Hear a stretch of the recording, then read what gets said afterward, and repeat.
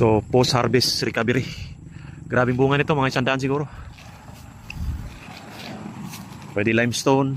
Ito green dolomite. Green dolomite. Slightly acidic kasi yung lupa namin guys, kaya madalas ako mag green dolomite, lalo pag malakas munga. Ating kakao, kalahating kilo lang to 1 kilo. Tingnan natin yung reaksyon niya. Parang limestone lang din to eh. Meron siya magnesium at calcium.